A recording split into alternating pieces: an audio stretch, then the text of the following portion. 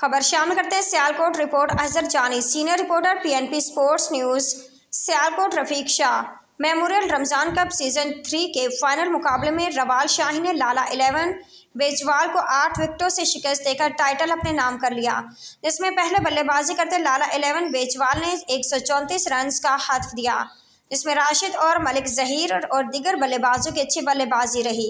गेंदबाजी में लियाकत पोलू, ज़ेहिब भाई और तमाम बॉलर्स की शानदार गेंदबाजी रही, जिसके ताक़ुब में रवाल शाहीन इस हदफ बआसानी हासिल कर गई।